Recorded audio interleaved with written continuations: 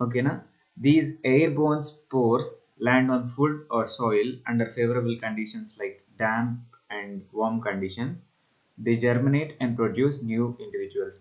ఇట్లా ఎయిర్లో కలిసిపోతాయి. ఎందుకు ఎయిర్లో కలిసిపోతాయి అంటే ఎయిర్లో దుమ్ము ఎంత ఉంటుందో అంతకంటే చిన్న పార్టికల్స్ లాగా ఉంటాయి ఈ స్పోర్స్ అనేవి. సో ఇవి వెళ్ళి ఏదైనా ఫుడ్ మీద కానీ సాయిల్ మీద కానీ ల్యాండ్ అయ్యి ఆ సాయిల్లో కానీ ఫుడ్లో కానీ ఫేవరబుల్ కండిషన్స్ ఉన్నాయనుకోండి. ఫర్ ఎగ్జాంపుల్ మాయిశ్చర్ ఉండాలి. డాంప్నెస్ అంటే ఏంటి అంటే మీనింగ్ కొంచెం మాయిశ్చర్ ఉంటుంది. మాయిశ్చర్ అంటే ఏంటి? తేమ. కొంచెం తేమ ఉంటే ఫేవరబుల్ కండిషన్ అన్నట్టే. కొంచెం వామ్గా ఉండాలి అది గ్రో అవ్వాలంటే. సో ఈ ఫేవరబుల్ కండిషన్స్ అన్నీ ఉన్నప్పుడు అవి జర్మినేట్ అవుతాయి. అంటే ఆ స్పోర్లో నుంచి ఫంగస్ అనేది బయటకు వస్తుంది. ఇట్లా న్యూ ఇండివిజువల్స్ అనేవి ప్రొడ్యూస్ అవుతాయి అని చెప్పేసి చెప్తున్నారు. Most of the fungus like rhizopus, mucor etcetera, bacteria and non-flowering plants such as ferns and mosses reproduce by the method of spore formation. కేవలం ఫంగయే కాదు, రైజోపస్, మ్యూకర్ ఇట్లాంటి ఫంగై అండ్ సమ్ బ్యాక్టీరియా. మనం ఏమనుకున్నాం నిన్న, చాలా వరకు బ్యాక్టీరియా దేని ద్వారా రిప్రొడ్యూస్ చేసుకుంటే చెప్పండి? నిన్న మాట్లాడుకున్నాం కదా, ఫిజన్ ద్వారా రిప్రొడ్యూస్ చేసుకుంటాయి. బట్ కొన్ని టైప్స్ ఆఫ్ బ్యాక్టీరియా ఇలా స్పోర్స్ ద్వారా కూడా రిప్రొడ్యూస్ చేస్తాయంట. And non flowering plants such as ferns and mosses reproduce by the method of spore formation. ఇలానే కాకుండా నాన్ ఫ్లవరింగ్ ప్లాంట్స్ కొన్ని ఉంటాయి, అవి కూడా స్పోర్ ఫార్మేషన్ ద్వారా రిప్రొడ్యూస్ చేసుకుంటాయి. వాటి గురించి కూడా మాట్లాడుకుందాం. అంతకంటే ముందే చెప్పా తొందరగా అటెండ్ అవ్వండి అని. నెక్స్ట్ ఇది చాట్లో మెసేజెస్ పెట్టొద్దు. ఓకే, అర్థమవుతుందా? చాట్లో మెసేజెస్ పెట్టొద్దు, కొంచెం డిస్టర్బ్ అవుతుంది. సో స్పోర్స్ గురించి మాట్లాడుకున్నాం. ఫంగై అనేది స్పోర్స్ని ప్రొడ్యూస్ చేస్తుంది. నా స్పోర్స్ వెళ్ళి దేని మీద పడి ఫేవరబుల్ కండిషన్స్ ఉంటే దాంట్లో నుంచి మళ్ళీ ఫంగస్ బయటకు వస్తుంది అనుకున్నాం. దీన్ని ఒకసారి ఎక్స్పెరిమెంటల్గా అబ్జర్వ్ చేయడానికి, అంటే ఆ బూజ్ అనేది లోపల దాని స్ట్రక్చర్ ఎట్లా ఉంటుంది అనేది అబ్జర్వ్ చేయడానికి ఒక యాక్టివిటీ చేద్దాం. To examine rhizophus or common mold under the microscope, it is best to grow your own in a controlled environment. ఓకేనా. ఈ బూజ్ అనేది జనరల్గా మన ఇళ్ళలో కనిపిస్తూ ఉంటుంది కదా. ఇప్పుడు బ్రెడ్ తెచ్చేసి పెట్టేసాం అనుకోండి బయట, కొన్నాళ్ళకి బూజ్ వచ్చేస్తుంది. తెలుసు కదా బూజు అంటే. ఓకే, బూజ్ వచ్చేస్తుంది. దాన్ని అబ్జర్వ్ చేయడానికి మనం పెద్ద కష్టపడాల్సిన అవసరం లేదు. సో మనం సొంతగా గ్రో చేసుకోండి రైజోపస్ అనే మౌల్డ్ని అని చెప్పేసి అంటున్నారు. Use a soft bread that is preservative free or a roti fruits or vegetables such as potatoes or oranges. Bread తీసుకోండి, సాఫ్ట్గా ఉండాలి, అది ప్రిజర్వేటివ్ ఫ్రీగా ఉండాలి. ప్రిజర్వేటివ్స్ అంటే ఏంటి? ఇట్లా ఫంగస్ రాకుండా, బ్యాక్టీరియా రాకుండా ఏదో కెమికల్ యాడ్ చేస్తారు. అట్లాంటివి ప్రిజర్వేటివ్స్ ఉంటేనేమో ఇది గ్రో అవ్వలేదు. కాబట్టి ప్రిజర్వేటివ్స్ లేని బ్రెడ్ తీసుకోండి. లేకపోతే రోటీ అంటే చపాతీ లాంటివి.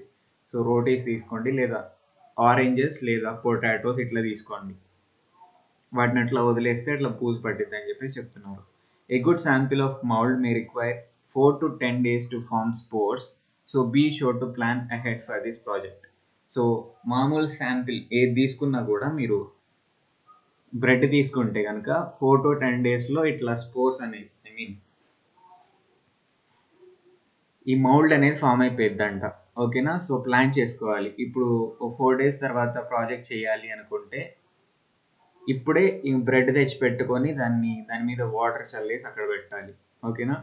The should not be done by those with allergies to mould or with severe asthma. సివియర్గా ఆస్తమా ఉన్న వాళ్ళు కానీ, ఈ మౌల్డ్ అంటే బూజ్ అంటే అలర్జీ ఉన్న వాళ్ళు కూడా ఈ ఎక్స్పెరిమెంట్ చేయకూడదు. ఓకేనా. ఇక్కడ పిక్చర్స్ ఇచ్చారు. బ్రెడ్ మీద రైజోపస్ అనే ఫంగై గ్రో అవ్వటం, మైక్రోస్కోప్లో రైజోపస్ ఎట్లా కనిపిస్తుంది అనేది, రైజోపస్ స్పోరాంజియం యొక్క డయాగ్రామ్. స్పోరాంజియం అంటే ఏంటి?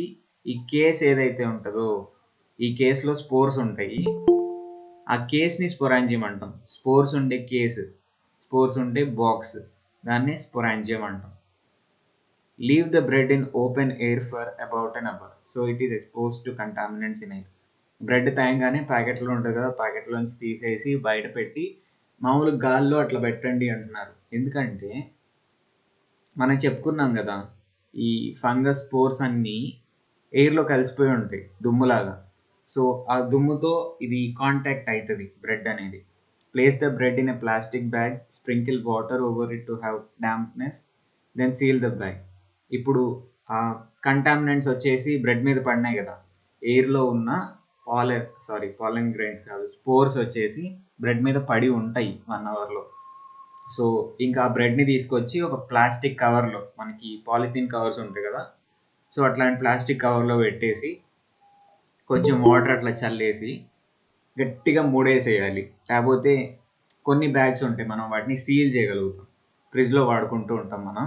అట్లాంటి బ్యాగ్స్ ఉంటే ఇంకా ఈజీ. ఓకే, సో మనం ఏం చేయాలి అంటే దాన్ని తీసుకొచ్చి ఒక కవర్లో పెట్టి నీళ్లు చల్లాలి. ఎందుకంటే డ్యాంప్ అండ్ వార్మ్ ప్లేసెస్లోనే కదా ఇది ఉండేది. సో నెక్స్ట్ ఇది రెస్పిరేషన్ జరగడానికి కొంచెం ఎయిర్ కూడా ఆ బ్యాగ్ లోపల ఉండేటట్టు చూసుకోవాలి. ఓకేనా. Place the bag in dark and warm place. ఇట్లా చేసిన తర్వాత బ్యాగ్ని సీల్ చేసుకున్న తర్వాత ఆ బ్యాగ్ని తీసుకెళ్ళి డార్క్గా ఉండాలి, అంటే చీకటిగా ఇంకా వామ్గా ఉండే ప్లేస్లో పెట్టాలి. కొన్ని ఎగ్జాంపుల్ చెప్పండి మీ ఇంట్లో చీకటిగా అండ్ వామ్గా ఉండే ప్లేసెస్.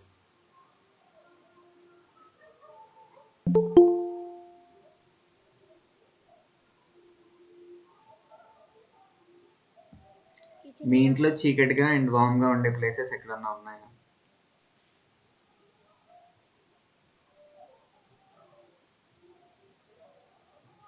ఏం రెస్పాండ్ అవదలుచుకోలేదా ఈరోజు? హలో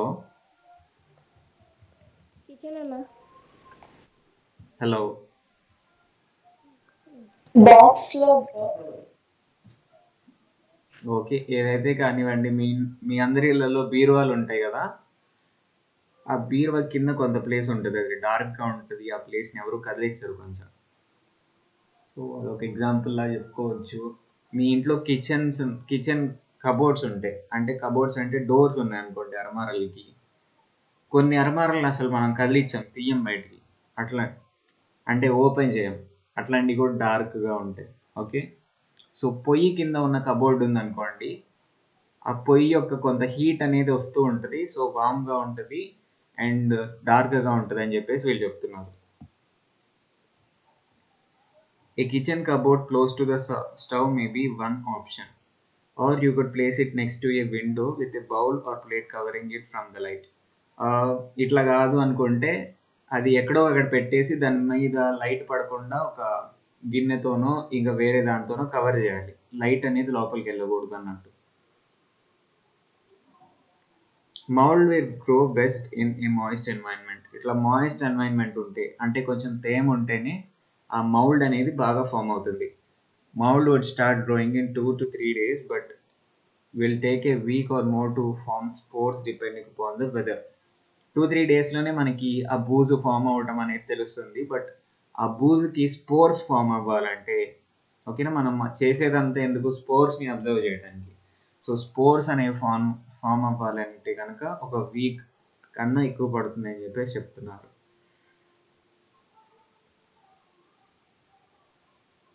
సో ఇట్లా పెట్టిన బ్రెడ్ని check the piece of bread every few days ఒకసారి దాన్ని చూస్తూ ఉండాలి. చూసినప్పుడల్లా కొంచెం వాటర్ అనేది అట్లా స్ప్రింకిల్ చేయాలి, అది ఎండిపోకుండా. ఎండిపోతే మళ్ళీ అది చచ్చిపోయింది ఫంగస్ అనేది. సో కొంచెం దానికి డాంప్నెస్ కావాలి, అంటే మాయిశ్చర్ కావాలి, కాబట్టి కొంచెం వాటర్ని స్ప్రింకిల్ చేస్తూ ఉండాలి దాని మీద. Avoid opening the plastic bag as much as you can. ఈ ప్రాసెస్లో పద్దాకలు క్యూరియాసిటీతో పద్దాకలు ఓపెన్ చేసి చూడటం ఇట్లాంటివి చేయకూడదంట. ఎక్కువసార్లు ఓపెన్ చేయకుండా ఉండడానికి ట్రై చేయాలి. If you touch the bread, be sure to thoroughly wash your hands afterwards. ఈ బ్రెడ్ని కనుక మీరు ఎప్పుడన్నా టచ్ చేస్తే, పట్టుకుంటే కనుక చేతులు బాగా నీట్గా కడుక్కోవటం మర్చిపోమకండి. When sufficient mould was formed, you can prepare a slide and examine it under the microscope. ఎప్పుడైతే బూజ్ పట్టేసింది 1 వీక్ అయింది అని చెప్పేసి మీరు అనుకుంటారో, అప్పుడు ఇంకా దాన్ని తీసుకెళ్ళి మైక్రోస్కోప్ కింద మనం చూడగలుగుతాం. You would find whitish thread-like growth with masses of black, gray, and green fine dotted structures. ఓకేనా, మనకి వైటిష్ థ్రెడ్ లైక్ గ్రోత్ అనేది ఉంటుంది. వాటికి బ్లాక్, గ్రీన్ లేదా గ్రే డాటెడ్ స్ట్రక్చర్స్ అనేవి ఉంటాయి పైన. The black dotted structures is that of bread mould. ఆ బ్లాక్ డాటెడ్ స్ట్రక్చర్సే బ్రెడ్ మౌల్డ్కి సంబంధించినవి. Take the part of bread or roti to school in a match box and ask your teacher to help you make a slide and observe under the microscope. ఇట్లాంటి దాన్ని ఒక అగ్గిపెట్టెలో పెట్టుకొని తీసుకెళ్ళాలంట స్కూల్కి. ఓకేనా, మన టెక్స్ట్ బుక్స్లో చాలా ఫన్నీ, అంటే ఫన్నీ కాదు, చూడండి చాలా చిన్న ఏజ్ పిల్లలు ఇట్లాంటివి చేస్తూ ఉంటారు. సో అట్లాంటివన్నీ ఉంటాయి కొన్ని టెక్స్ట్ బుక్స్లో. ఓకేనా, ఇంట్రెస్టింగ్గా ఉంటాయి మన టెక్స్ట్ బుక్స్. అండ్ అట్లా మ్యాచ్ బాక్స్లో ఈ బ్రెడ్ని, ఆ పార్ట్ ఆఫ్ బ్రెడ్ని తీసుకెళ్ళి మీ టీచర్ అడగాలంట, స్లైడ్ ప్రిపేర్ చేసి మైక్రోస్కోప్ కింద చూపించండి అని. ఓకేనా, సో మీరు చేయాల్సింది చేశారు. ఇప్పుడు టీచర్ ఏం చేస్తారో చూద్దాం. ఈ స్లైడ్ని చూడటానికి మెటీరియల్స్ రిక్వైర్డ్ ఏంటి అంటే మౌల్డ్ శాంపిల్, అంటే మీరు మ్యాచ్ బాక్స్లో తీసుకొచ్చిన mould sample. Next then plain glass slide. ఓకేనా, గ్లాస్ స్లైడ్ అంటే ఏంటో తెలుసు కదా. గ్లాస్ స్లైడ్ అంటే ఏంటి? స్లైడ్ అంటే తెలుగులో అని చెప్పొచ్చు, గాజు ముక్క, స్ట్రైట్గా ఉండాలి అది, అంతే. కవర్ స్లిప్ అంటే ఒక ప్లాస్టిక్ షీట్, స్క్వేర్ షేప్లోనో సర్కిల్ షేప్లోనో ఉంటుంది.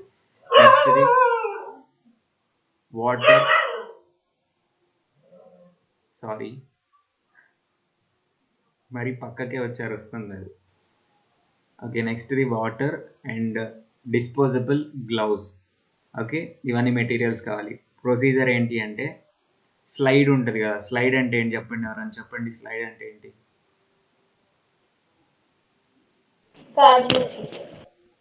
గాజు ముక్క. ఓకే, స్ట్రైట్గా ఉండే గాజు ముక్క. ఓకే, దాని మీద సెంటర్లో ఒక డ్రాప్ ఆఫ్ వాటర్ పెట్టండి అని చెప్తున్నారు. Use a toothpick, scrape very little of the mould and place it in the drop of water. ఒక టూత్ పిక్ని యూజ్ చేసి, టూత్ పిక్ అంటే ఏంటి తెలుగులో ఏమంటారు? టూత్ పిక్ని గుర్తురావట్లేదు. సో టూత్ పిక్ అంటే తెలుసు కదా, పళ్ళు కొట్టుకుంటూ ఉంటాము, చికెన్ ఇవన్నీ తిన్న తర్వాత ఇట్లా క్లీన్ చేసుకుంటూ ఉంటారు పళ్ళని, అది టూత్ పిక్. దాంతో ఆ మౌల్డ్ తీసుకొచ్చారు కదా మ్యాచ్ బాక్స్లో, ఆ మౌల్డ్ని కొంచెం తీసుకెళ్ళి ఈ డ్రాప్ ఆఫ్ వాటర్ వేసారు కదా మీరు దీని మీద స్లైడ్ మీద, దాంట్లో పెట్టమంటున్నారు. Take the cover slip and set it at an angle to the slide so that one edge of it touches to the water drop. Then carefully lower it over the drop so that the cover slip covers the specimen without trapping air bubbles underneath. ఇప్పుడు ఏం చేయాలి అంటే first ఏం చేసాం, slide తీసుకున్నాం, glass slide తీసుకున్నాం, దాని మీద డ్రాప్ ఆఫ్ వాటర్ పెట్టాం. తర్వాత బ్రెడ్ మీద ఉన్న కొంత అదేంటి బూజుని టూత్ పిక్తో ఇట్లా అనేసి ఆ టూత్ పిక్కి వచ్చినంత కొంచెం తీసుకొచ్చి ఆ వాటర్ డ్రాప్లో పెట్టేసాం. ఇప్పుడు కవర్ స్లిప్ ఏదైతే కవర్ స్లిప్ అంటే ఏం చెప్పండి? కవర్ స్లిప్ ఇట్లయితే రన్ అవుతుంది, ముందే చెప్పాను, అందరు రెస్పాండ్ అవ్వాలి అని. కవర్ స్లిప్ అంటే ఏంటి? ప్లాస్టిక్ కవర్ చిన్నది, ఓకేనా, ట్రాన్స్పరెంట్గా ఉంటుంది. దాన్ని తీసుకొచ్చి ఇప్పుడు ఈ వాటర్ డ్రాప్, ఈ స్పెసిమెన్ ఉన్న దాని మీద పెట్టాలి. పెట్టేటప్పుడు చాలా జాగ్రత్తగా లోపల ఎయిర్ బబుల్స్ ఏమీ రాకుండా ఉండేటట్టు జాగ్రత్త పడాలి. ఓకేనా, ఎయిర్ బబుల్స్ వస్తే మైక్రోస్కోప్లో మనకి స్పెసిమెన్ అనేది సరిగ్గా కనిపించదు, కాబట్టి ఎయిర్ బబుల్స్ అనేది ఈ స్పెసిమెన్లో ట్రాప్ అవ్వకుండా చూసుకోవాలి. Use the corner of a tissue paper or blotting paper to blot up any excess water at the edges of the cover slip. ఈ కవర్ స్లిప్ మనం పెట్టేసిన తర్వాత కొంచెం వాటర్ అనేది ఆ కవర్ స్లిప్ బయటకు వస్తూ ఉంటుంది. దాన్ని క్లీన్ చేయడానికి టిష్యూ పేపర్ కానీ బ్లాటింగ్ పేపర్ కానీ వాడాలి. బ్లాటింగ్ పేపర్ అంటే ఒక టైప్ ఆఫ్ పేపర్, వాటర్ని అబ్జర్వ్ చేసుకోవడానికి వాడతారు. View the slide with a compound microscope first, observe under లో పవర్. ఓకేనా, ఒక మైక్రోస్కోప్ వాడి ఈ స్లైడ్ని చూడండి అని చెప్పేసి చెప్తున్నారు. The common bread mould consist of fine thread like projections called hyphae and thin knob like structures called sporangia. ఓకేనా, కామన్ మౌల్డ్ అంటే జనరల్గా ఇంట్లో వచ్చే బూజుకి 2 స్ట్రక్చర్స్ ఉంటాయి. ఫస్ట్‌దేమో ఇట్లా ఫైన్ థ్రెడ్ లైక్ స్ట్రక్చర్స్. అన్నిటికి ఫైన్ థ్రెడ్ లైక్ స్ట్రక్చర్స్ ఉన్నాయి కదా! అవేంటి అంటే హైఫే. గుర్తుపెట్టుకోండి హైఫే. నెక్స్ట్‌ది పైన డాటెడ్ లైక్ స్ట్రక్చర్స్ ఏవైతే ఉన్నాయో ఇవి స్పోరాంజియం. స్పోరాంజియా. ప్లూరల్ అయితే స్పోరాంజియా. సింగులర్ అయితే స్పోరాంజియం. ఓకే.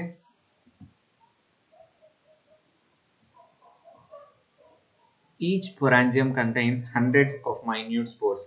ప్రతి స్పోరాంజియంకి హండ్రెడ్స్ ఆఫ్ స్పోర్స్ అనేవి ఉంటాయంట. చూడండి స్పోరాంజియం చూడటానికే మనకి మైక్రోస్కోప్ కావాలి. మరి స్పోర్స్ని చూడటానికి ఇంకేం కావాలో చూడండి. అంత చిన్నగా ఉంటాయని. When the sporangium burst the tiny spores are dispersed in air. ఎప్పుడైతే ఆ స్పోరాంజియం అనేది పగిలిపోయిద్దో టైనీ స్పోర్స్ అనేది ఆ సీడ్స్ మష్రూమ్ సీడ్స్ అని చెప్పేసి చెప్పొచ్చు స్పోర్స్ని. సో ఆ స్పోర్స్ అనేవి ఎయిర్లో కలిసిపోతాయి. Try to give some more examples of organisms which reproduce through spore formation. ఒక ఎగ్జాంపుల్ చెప్పాను కదా ఆల్రెడీ. మష్రూమ్స్, మనం తినే మష్రూమ్స్ ఏవైతే ఉన్నాయో అది 2 వేస్లో రిప్రొడక్షన్ చేస్తాయి. ఫస్ట్ ఏంటి అంటే మైసిల్లే అంటారు. మైసిల్లేనేనా రూట్స్ ద్వారా రిప్రొడ్యూస్ చేస్తాయి ఒకటి. నెక్స్ట్ ఏమో ఇట్లాంటి స్పోర్స్ ద్వారా రిప్రొడ్యూస్ చేస్తాయి. ఓకేనా. సో అవి 2 టైప్స్లో చేస్తాయి. స్పోర్స్ ద్వారా కూడా చేస్తాయి అని చెప్పేసి చెప్తున్నాను. ఇది అర్థమైంది కదా. ఇప్పుడు ఈ యాక్టివిటీ అనేది మీరు విజువలైజ్ చేసుకోవడం కొంచెం కష్టమే. యాక్చువల్గా ఈజీ. బట్ మీకు కనుక కొంచెం కన్ఫ్యూజన్ ఉంటే ఏంటి అంటే నేను యూట్యూబ్లో ఒక లింక్ పెడతాను. ఈ ఎక్స్పెరిమెంట్ చేసిన వాళ్ళది ఒక లింక్ పెడతాను. అప్పుడు ఫుల్ క్లారిటీ వస్తుంది ఎట్లా ప్రిపేర్ చేసుకోవాలి స్లైడ్ ఇవన్నీ. ఓకేనా. అది మాత్రం తప్పకుండా చూడండి క్లాస్ అయిపోయిన తర్వాత. నెక్స్ట్ది sporophyll. Ferns also produce spores. మనం ఇందాకే మాట్లాడుకున్నాం కొన్ని నాన్ ఫ్లవరింగ్ ప్లాంట్స్ కూడా ఇట్లా స్పోర్స్ని ప్రొడ్యూస్ చేస్తాయని చెప్పేసి.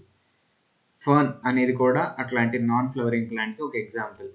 Collect a fern leaf which is called sporophyll. Fern leaf అనేది ఇట్లా ఉంటుంది. ఓకేనా. ఫర్న్స్ అనేవి ఉంటాయి. ఫర్న్ లీఫ్ అనేది ఇట్లా ఉంటుంది. దాన్ని మనం స్పోరోఫిల్ అంటాం. ఓకేనా. అట్లాంటిది ఒకటి తీసుకోండి. దాన్ని కేర్ఫుల్గా అబ్జర్వ్ చేయండి. పైన చూస్తేనేమో గ్రీన్గా ఉంటుంది. బట్ ఆ లీఫ్ని ఇట్లా రివర్స్ చేసి చూస్తేనేమో ఇట్లా డాటెడ్ లైక్ స్ట్రక్చర్స్ అనేవి ఆ లీఫ్ మీద మనకు కనిపిస్తాయి. On the lower surface of the leaf you find clusters of dot like structures called sporangia. ఇవే స్పోరాంజియా. మనం ఇందాక మాట్లాడుకున్నాం కదా దేంట్లో అయితే స్పోర్స్ ఉంటాయో వాటిని స్పోరాంజియా అంటామని. ఇవి కూడా స్పోరాంజియానే అంటారు. ఓకేనా. These contain spores. వీటిలోనే స్పోర్స్ అనేవి ఉంటాయి. Gently rupture the sporangia with a needle and observe spores by using magnifying lens. ఒక నీడిల్ ఒక సూది తీసుకొని ఈ స్పోరాంజియాని రప్చర్ చేసి పగలగొట్టేసి లోపల ఉన్న స్పోర్స్ని ఒకసారి అబ్జర్వ్ చేయండి మ్యాగ్నిఫైయింగ్ లెన్స్తో అని చెప్పేసి అంటున్నారు. దీనికి ఆ స్పోరాంజియాకి ఫంగస్ యొక్క స్పోరాంజియాకి దీని యొక్క స్పోరాంజియాకి సిమిలారిటీ ఏమన్నా ఉందా అని అడుగుతున్నారు. యాక్చువల్గా సిమిలారిటీ ఉంటుంది. 2 స్పోర్సే. ఎందుకంటే అవి చిన్నగా చిన్న చిన్న పౌడరీ సబ్స్టెన్స్ ఉంటాయి. ఇవి కూడా అంతే ఉంటాయి సేమ్. కాకపోతే ఇవి ప్లాంట్స్కి వచ్చినాయి ఫంగస్కి వచ్చినాయి అంతే. What about mushrooms, how do they grow, discuss in your class. Mushrooms గురించి ఇందాకే అనుకున్నాం. దాని పేరు పర్ఫెక్ట్గా గుర్తులేదు. బట్ మష్రూమ్ ఏంటి అంటే ఇప్పుడు మష్రూమ్ కల్టివేషన్ మీరు చేయాలి అంటే వాళ్ళు స్పాన్ అని చెప్పేసి ఇస్తారు. తెలుసా ఎవరికన్నా మష్రూమ్ కల్టివేషన్ గురించి ఎప్పుడన్నా చదివారా? ఈ మధ్య చాలా పాపులర్ అవుతుంది అది. మష్రూమ్ కల్టివేషన్, మష్రూమ్ కూడా పెంచుతారు అని చెప్పేసి తెలుసా మీకు ఎవరికన్నా? తెలుసా? ఓకే. ఏం తెలుసు దాని గురించి ఇన్ఫర్మేషన్ నీకు? లేదా ఆర్టిఫిషియల్‌గా కూడా మష్రూమ్స్ తయారు చేస్తారని తెలుసు గానీ పండించి కానీ దాని గురించి తెలీదు. ఓకే. ఇప్పుడు మనకి పొటాటోస్ కానీ ఎగ్స్ కానీ ఇట్లా ఎట్లయితే ఫార్మింగ్ చేస్తున్నారో ఆ లెవెల్లో మష్రూమ్ ఫార్మింగ్ కూడా జరుగుతుంది ఇప్పుడు. అది ఎట్లా చేస్తారు అంటే ఫస్ట్ స్పాన్ తీసుకొస్తారు. మష్రూమ్ స్పాన్ అని చెప్పేసి మీరు ఒకసారి గూగుల్లో టైప్ చేయండి. మష్రూమ్ స్పాన్ అని చెప్పేసి టైప్ చేస్తే మీకు వస్తుంది. కేజీ ఇన్ని రూపాయలు, కేజీ 300 అని చెప్పేసి వస్తుంది. ఆ స్పాన్ని తీసుకొచ్చి మనం ఇట్లా డ్యాంప్ కండిషన్స్లో పెట్టామనుకోండి, సేమ్ ఇట్లాంటి డ్యామ్ కండిషన్స్లో పెడితే దాంట్లో నుంచి మనకి మష్రూమ్స్ అనేవి వస్తే అవి మనం కట్ చేసుకొని తినేయచ్చు. వాటిని డార్క్ ప్లేస్లో మోయిస్ట్ ప్లేస్లో పెట్టాలి. ఇవి సేమ్, మొత్తం సేమే. ఆ స్పాన్ అనేది మనం కొనుక్కోవాలి. ఓకేనా? ఆ స్పాన్లో ఏముంటుంది అంటే స్పోర్స్ ఉండవు, రూట్స్ ఉంటాయి. అర్థమవుతుందా? ఇప్పుడు ఇది ఫంగస్, ఇది రైజోఫస్ యొక్క డయాగ్రామ్ కనిపిస్తుంది కదా. ఇక్కడ వీటికి రూట్స్ ఉంటాయి. వీటిని మైసిల్లేనో ఏదో అంటారు, పేరు గుర్తులేదు ఇప్పుడు. నెట్లో what are the roots of mushrooms అనేది ఒకసారి.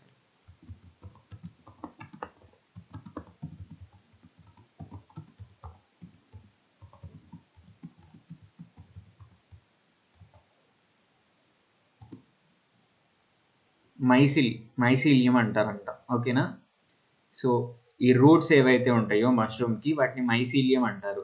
సో మనం మష్రూమ్ కల్టివేషన్కి తెచ్చుకునే స్పాన్ ఏదైతే ఉంటుందో దాంట్లో మనకి మైసీలియం అనేది ఉంటుంది. అర్థమైందా? బట్ జనరల్గా స్పోర్స్ అనేవి మాత్రం మామూలుగా నేచర్లో అయితే మష్రూమ్స్ అనేవి స్పోర్స్ ద్వారా గ్రో అవుతూ ఉంటాయి. ఒక మష్రూమ్ ఉందనుకోండి, పక్కనే చాలా మష్రూమ్స్ వస్తాయి నేచర్లో. ఓకేనా? ఎందుకు అంటే రూట్స్ ద్వారా కూడా అవి ప్రాపగేట్ అవుతాయి. ఇప్పుడు అలోవీరా ఉంది మీకు. అలోవీరా ఎట్లా ప్రాపగేట్ అవుతుంది చెప్పండి ఎవరన్నా? అలోవీరా ఎట్లా ప్రాపగేట్ అవుతుంది? ఒక కొత్త అలోవీరాని ఎట్లా రిప్రొడ్యూస్ చేస్తుంది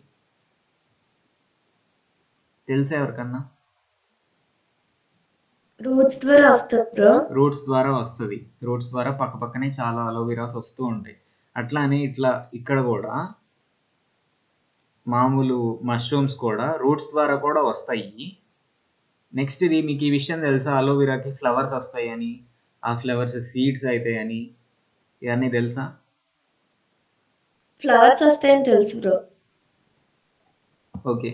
సో ఫ్లవర్స్ వచ్చినాయి అంటే సీడ్స్ కోసమే ఫ్లవర్ వచ్చేది. ఇంక ఇట్లా జరుగుతుంది. బట్ ఫ్లవర్ వచ్చేదాకా మనం ఉంచాంలే వాటిని.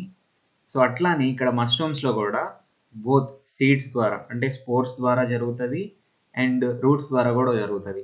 బట్ కల్టివేషన్ అప్పుడు ఎందుకో తెలీదు, బట్ స్పోర్స్ అయితే వాడరు. ఈ రూట్స్ని ఏమంటాం? మైసీలియం అంటాం. ఆ మైసీలియం అనేవి స్పాన్లో ఉంటాయి. ఓకేనా? ఆ స్పాన్ని తెచ్చి కల్టివేట్ చేసుకుంటూ ఉంటారు. సో ఇక్కడ వరకు చెప్పేసాను మీకు క్లియర్గా. ఇంతటితో ఇది అయిపోయింది. అసెక్షువల్ మోడ్ ఆఫ్ రిప్రొడక్షన్ అయిపోయింది. నెక్స్ట్ ఇది సెక్షువల్ రిప్రొడక్షన్ గురించి మాట్లాడుకుందాం. ఇంతవరకు ఏం డౌట్స్ లేవు కదా? లేదా